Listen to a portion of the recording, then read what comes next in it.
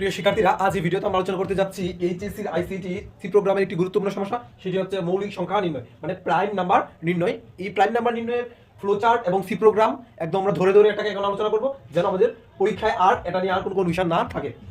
এই ফ্লোচার্ট এবং C program আলোচনা করার পূর্বে আমাদের একটি আলোচনা প্রয়োজন, সেটি হচ্ছে মৌলিক সংখ্যা জিনিসটা কি, আমরা কিভাবে বুঝবো যে এটি মৌলিক সংখ্যা।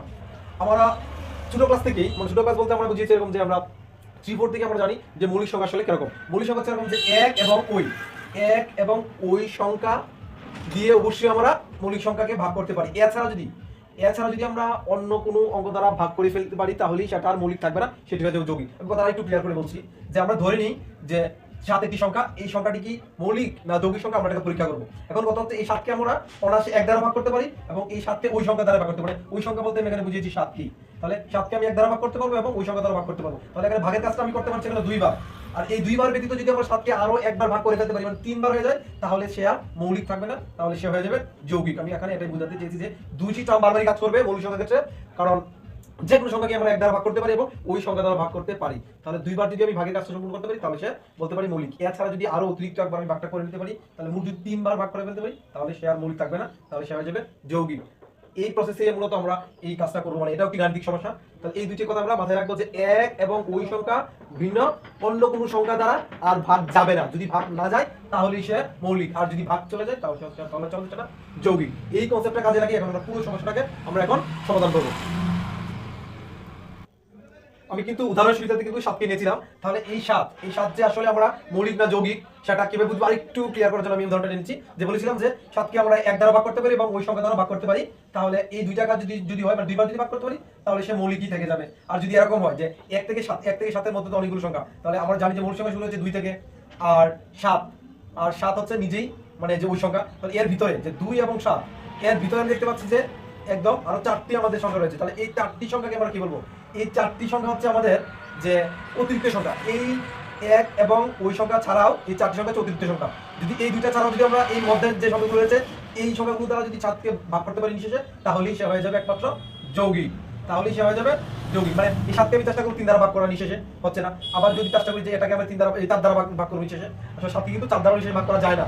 7কে আমি 5 দ্বারা নিঃশেষে ভাগ করতে পারি না, 7কে আমি 6 দ্বারাও নিঃশেষে ভাগ করতে পারি না। এখানে 4টা সংখ্যার মধ্যে একটা সংখ্যা দিয়েও কিন্তু আমি 7কে নিঃশেষে ভাগ করতে পারছি না। যদি পারতাম তাহলে কিন্তু সে অবশ্যই যৌগিক হয়ে যেত। কারণ আমার টার্মটা ছিল এরকম যে 2 বার তো তার বলেছে যে 1 দ্বারা ভাগ করতে পারবো এবং ওই সংখ্যা দ্বারা ভাগ করতে পারবো, 2 বার ওনার ভাগ যাবে। তাহলে অতিরিক্ত যদি এই ভিতরের সংখ্যাগুলো যদি আমি 1 বার ভাগ করে নিতে পারি, তাহলে তো সে 3 বার মানে হয়ে যাচ্ছে। যে 2 বার তারা বলেছিল আমি অতিরিক্ত একবার করে ফেলতে পারছি, তাহলে 3 বার যদি ভাগ চলে যায় তাহলে সে হয়ে যাচ্ছে যৌগিক। এটা কথা, মানে যে সংখ্যাটা নিব তার মধ্যবর্তী সংখ্যাগুলো রয়েছে সেগুলো দ্বারা যদি আমরা ভাগ নিতে পারি তাহলে হচ্ছে যৌগিক সংখ্যা। আর যদি না নিতে পারি, শুধু 2 বারই থেকে যায়, মানে এই সংখ্যাটাকে 1 দ্বারা ভাগ করতে পারি এবং ওই সংখ্যা দ্বারা যদি ভাগ করতে পারি, যদি 2 বারই থেকে যায়, তাহলে তো সে মৌলিক। এই হচ্ছে আমাদের কথা।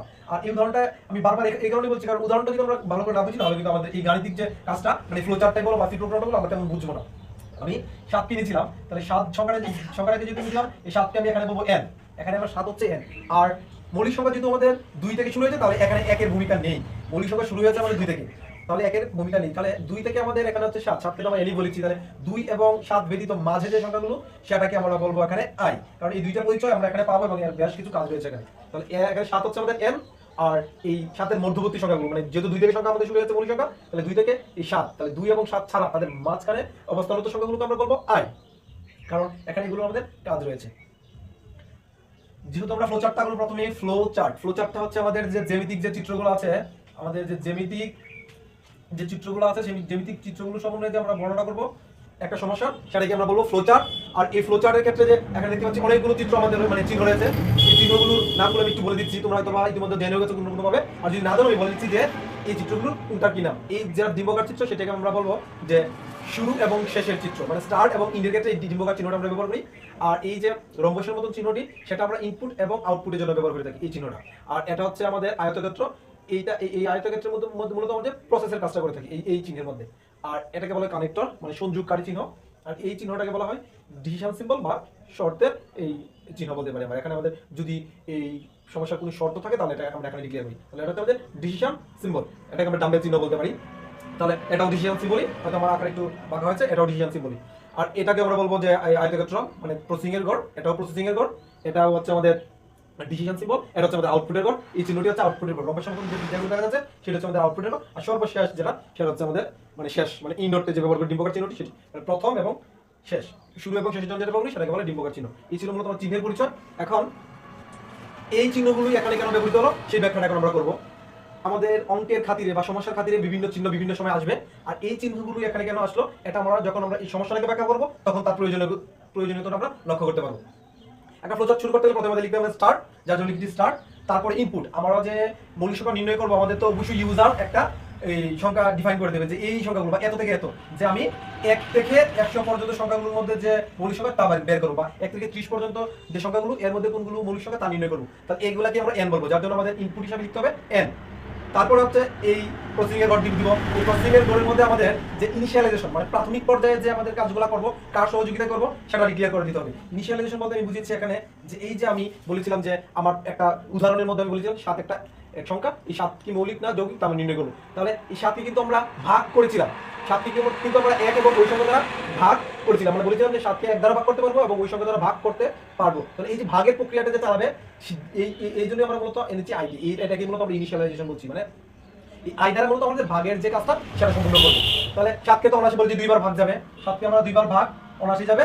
এরপরের যে যে ভাগের কাজটা সম্পূর্ণ করব, যেমন বলেছিলাম যে 2 এবং 7 ব্যতীত মধ্যবর্তী যে সংখ্যাগুলো রয়েছে সেই সংখ্যাগুলো বলছি আমরা আই। তাহলে এই আই দ্বারা কিন্তু এখন n কে আমরা ভাগ করব। তাহলে এটা এখানে একটা লুপ কন্টিনিউ হবে, কারণ এই লুপ কন্টিনিউর মাধ্যমে আমরা একদম সঠিকভাবে ধরতে পারবো এটি সংখ্যা আসলে মৌলিক না যৌগিক, যার জন্য আমরা এই আই কে নিচ্ছি এখানে। তাহলে এখানে আই কোন লিখেছি 2, কারণ আমরা আগে বলেছি যে এক মৌলিক সংখ্যা না, যার জন্য একে বাদ দিয়ে দিচ্ছি, যার জন্য আমরা শুরু করেছি 2 থেকে। তাহলে আমরা পার্ট বাই পার্ট আমাদের অঙ্কের এই লুপ অনুযায়ী কিন্তু আমাদের এই আই মানটা চেঞ্জ হবে। এখন আই মান আমরা 2 ধরেছি, পরবর্তীতে আই মান 3 হবে, তারপরে 4, তারপরে 5 এভাবে চেঞ্জ হয়ে কিন্তু আমরা n কে ভাগ করব।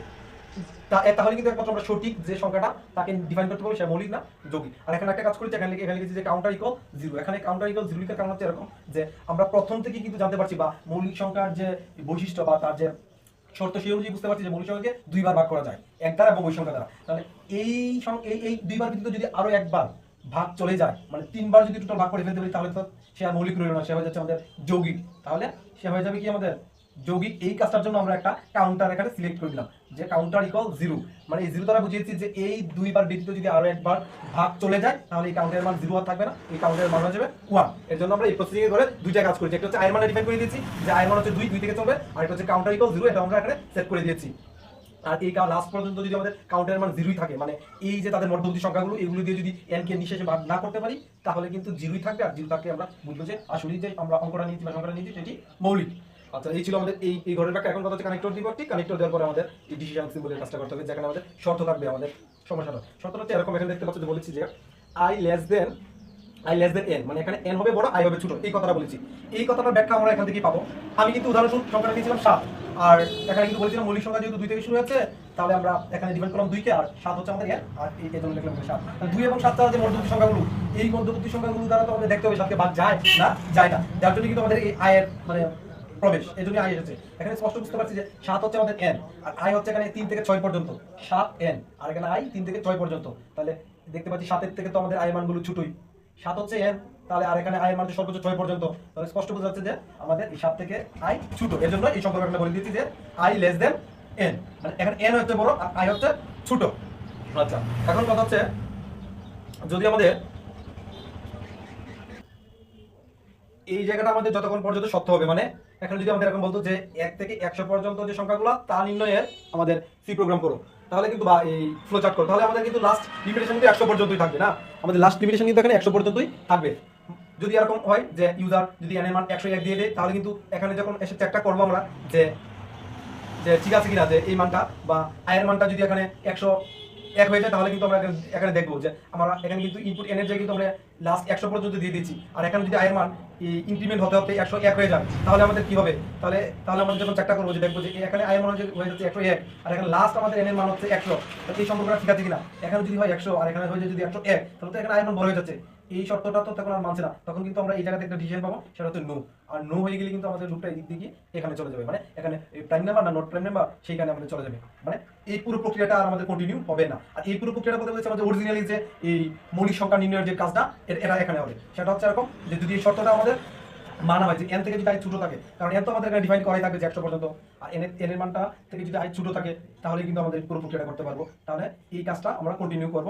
আর যদি এরকম হয় যে না n এর মানটা ছোট i এর মানটা বড়, তাহলে কিন্তু এই জায়গায় আমরা কমানটা পাবো যে আমরা এখানে পেয়ে যাবো নো কমান, এখন এই দিক দিয়ে চলে যাবে। আর যদি এই যুক্তি নির্ভর না হয় তাহলে আমরা একদম ইন্ডি করে দেবো। এই হচ্ছে কথা। তাহলে এইখান থেকে আমরা সেট করে ফেলতে পারবো যে আসলেই যে বাকি কাজটা কন্টিনিউ হবে না হবে না। তাহলে এইখান থেকে একটা বিষয় লক্ষণীয় যে n বড় হবে এবং i আমাদের ছোট হবে। এই কাজটার জন্য আমরা এখানে এতগুলো কথা বললাম। এই কনসেপ্টটা ক্লিয়ারের জন্য যে এই কারণে স্পষ্ট যে এই থেকে এই পর্যন্ত যে সংখ্যাগুলো সেটা হচ্ছে i, আর আমাদের n ছিল এখানে 7 7 বড়, আমাদের n সরি 7 হচ্ছে আমাদের বড়, আর এখানে i গুলো হচ্ছে ছোট। এই কনসেপ্টটা ক্লিয়ার করার জন্য আমরা এতগুলো কথা বললাম। তাহলে এটা যদি আমাদের ইয়েস হয়, আসলে যদি n থেকে i মানগুলো ছোট হয়, তাহলে আমাদের এই কাজটা করব। এই কাজটা কি? এই যে তখন আমরা যা বললাম যে n কে i দ্বারা ভাগ করব। তাহলে এখানে বলছি i modulus n modulus i equal 0।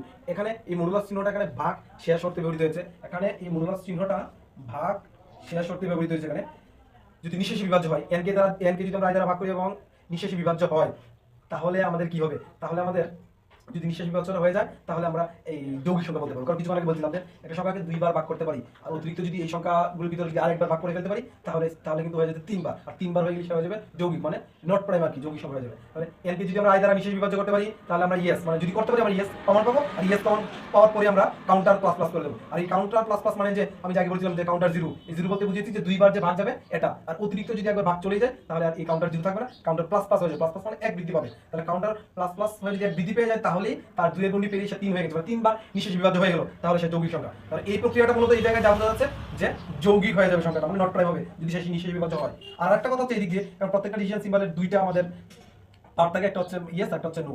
এই জায়গায় যদি আমাদের ইয়েস হয়, যদি নিঃশেষে বিভাজ্য হয় তাহলে কাউন্টার প্লাস প্লাস হবে, আর যদি না হয়, যদি আমাদের নিঃশেষে বিভাজ্য না হয় তাহলে কিন্তু যে একবার যে আমরা ভাগটা করবো একবার করে থেমে যাবো না। এখানে কিন্তু আমরা একটু বলেছিলাম মানে এই যে প্রদত্ত মানটি, তাহলে n কিন্তু আমাদের 7 ছিল, তাহলে 7 কে যদি আমরা 2 দ্বারা ভাগ করি নিঃশেষে তো হবেই না, তাহলে কিন্তু আমরা নো পাবো। শুধু একবার করে থামবো না, এই ক্রমান্বয়ে কিন্তু আমরা প্রত্যেকগুলো চেক করবো, মানে ভাগটা করবো, যার জন্য কিন্তু আমরা নো এনেছি। যদি নিঃশেষে বিভাজ্য না হয় আবার নো কমন পাবো, তারপর i প্লাস প্লাস করবো, মানে এই যে i এর মানটা 2 এর সাথে আমাদের আরো 2 যোগ করে দেবো, তাহলে হবে 3। তাহলে এই 3 করার পর এই দিক দিয়ে আবার আমাদের মানটা ইনপুট হবে, এবং এই মানটা ইনপুটে এই জায়গায় আবার i মানটা আসবে। আবার করবো আমরা এই 3 দ্বারা 7 কে ভাগ, 3 দ্বারা 7 কে ভাগ করে যদি আমাদের নিঃশেষ বিভাজ্য না হয় তাহলে কিন্তু আবার এই দিক দিয়ে আসবো, আবার i প্লাস প্লাস করবো, মানে 3 এর সাথে আর 1 যোগ করে 4 করবো, আবার এই দিক দিয়ে মানটা এইভাবে প্রকাশ করবো, এবং কন্টিনিউয়াস আমাদের প্রত্যেকটা আমাদের লুপের মতো এই কাজটা চলবে। আর যদি নিঃশেষ বিভাজ্য হয়ে যায় তাহলে তার এই দিক দিয়ে আসবে, এই দিক দিয়ে চলে যাবে। তাহলে এই জায়গায় আমাদের মেইন কাজটা স্পষ্ট বুঝতে পারছি। যদি নিঃশেষ বিভাজ্য হয়ে যায় তাহলে হয়ে যাবে যৌগিক, আর যদি না হয় তাহলে সেটা হবে আমাদের মৌলিক। আচ্ছা, তাহলে কাউন্টার প্লাস প্লাস করে আমাদের মানটা এই দিক দিয়ে নিয়ে এই দিক দিয়ে নিব। কারণ কথা হচ্ছে এরকম যে এই দিক দিয়ে যে আমরা যে পাবো, এই দিক দিয়ে যে আসলে নৌকা মানটা পাবো, সেটা তো আমরা অনেকাংশে বলতে পারি এই দিক থেকে যা পাবো সেটাই যাবে। কারণ যদি নিঃশেষ বিভাজ্য না হয় তার মানটা তো প্রদত্ত মানটা এই দিক দিয়ে যাবে। আর শর্ত যদি আমাদের সেটা না মানে তাহলে সেই মানটা যাওয়ার রাস্তা দুইটা, সেটা হচ্ছে একটা ইয়েস একটা হচ্ছে নো। যদি n ছোট হয়ে যায় i বড় হয়ে যায় তাহলে তো এই দিক দিয়ে চলে যাবে। এই দিক দিয়ে চলে গিয়ে আমাদের এই যে আমাদের ডিসিশন সিম্বল আছে সেখানে লাস্ট আরেকটা প্রশ্ন থাকবে, সেটা হচ্ছে এরকম যে কাউন্টার 0 0 কিনা। কারণ আমি তো বলেছিলাম যে কাউন্ট ইকুয়াল 0, মানে দুইবারের বেশি যাবে না। যদি দুইবারের বেশি চলেও যায় তাহলে সেটা হচ্ছে যৌগিক সংখ্যা। তাহলে লাস্ট প্রশ্নটা যদি এটা করবো যে কাউন্টার ইকুয়াল কি 0 0, আসলে যদি কাউন্টার ইকুয়াল 0 থেকে যায়, মানে এই জায়গায় যদি নিঃশেষ বিভাজ্য নাই হয়, আসলে কিন্তু সাথে ক্ষেত্রে এমনটাই ঘটবে যে 7 কে আমরা 2 দ্বারা নিঃশেষ পারবো না, 3 4 5 6 কোন সংখ্যা দ্বারা নিঃশেষ কিন্তু আমরা ভাগ করতে পারবো না। তাহলে কিন্তু কমান্ডটা মোটামুটি এই দিক দিয়ে এই পর্যন্ত গিয়ে কিন্তু এটাই আমরা পাবো যে পারলাম না আমরা নিঃশেষ বিভাজ্য করতে। তাহলে মানটা এই দিক দিয়ে গিয়ে লাস্ট জিজ্ঞাসা করবে যে কাউন্টার ইকুয়াল কি 0, আসলে কাউন্টার ইকুয়াল 0, কারণ আমরা তো বলেছি দুইবার ভাগ যাবে আর যাবে না। তাহলে যদি আর না যায় তাহলে কাউন্টার কিন্তু 0ই থেকে গেল, আর এখানে আমরা বলবো ইয়েস কাউন্টার ইকুয়াল 0, আর ইয়েস হয়ে গেলে সংখ্যাটা হয়ে যাবে প্রাইম নাম্বার, মানে মৌলিক সংখ্যা। আর যদি এই দিক দিয়ে হয় যে নিঃশেষ বিভাজ্য যদি চলে যায়, এখানে সাথে যদি 8 হতো তাহলে কি করতো, তাহলে কিন্তু n এর মান হয়ে যেত, তাহলে n এর মান কিন্তু আমাদের 8 হতো। তাহলে 8 কে আমরা চেষ্টা করতাম যে প্রত্যেকটা দ্বারা ভাগ করব। আমরা প্রথম ধাপে কিন্তু এই 2 দ্বারা 8 কে নিঃশেষ বিভাজ্য করে ফেলতে পারতাম। তাহলে এটা যদি ভাগ করি তাহলে আমাদের কাউন্টার হয়ে যাবে প্লাস প্লাস, কারণ এখানে প্রদত্ত মান ছিল, এখানে প্রদত্ত মানটা মানে কাউন্টার মানটা ছিল যে 0, সেটা কিন্তু 0 থাকবে না, কারণ আমরা বলেছি যদি অতিরিক্ত আরো একবার ভাগটা করতে পারে তাহলে 3 বার ভাগ হয়ে যায়, তাহলে কাউন্টার প্লাস প্লাস হবে। আর কাউন্টার প্লাস প্লাস দিয়ে মানটা এই দিকে গিয়ে এই ডিসিশন সিম্বল আমরা জিজ্ঞাসা করবো যে আসলে কাউন্টারের মান কি 0 হয়ে গেছে, কিন্তু আমরা কিন্তু অবশ্যই কমন পাবো যে নো, কারণ এখানে কিন্তু 0, কিন্তু এখানে তো আমরা অলরেডি কাউন্টারের মান বৃদ্ধি করে ফেলেছি, মানে প্লাস প্লাস করে ফেলেছি, এখন আর আমরা ইয়েস বলতে পারবো না। তাহলে এখন বলবো আমরা নো, আর নো বললে এটা হচ্ছে নট প্রাইম। এই হচ্ছে মূলত আমাদের যে এই ফ্লোচার্টের ব্যাখ্যা। তাহলে এই দিক দিয়ে হচ্ছে আমরা প্রাইম পেয়েছি, আর এই দিক দিয়ে পেয়েছি নট প্রাইম, আর এই দুইটাকে অ্যাডজাস্ট করে দিয়ে এখানে আমরা ইন করে দেবো। এই ছিল মূলত আমাদের আজকে মৌলিক সংখ্যা নির্ণয়ের ফ্লোচার্টটা।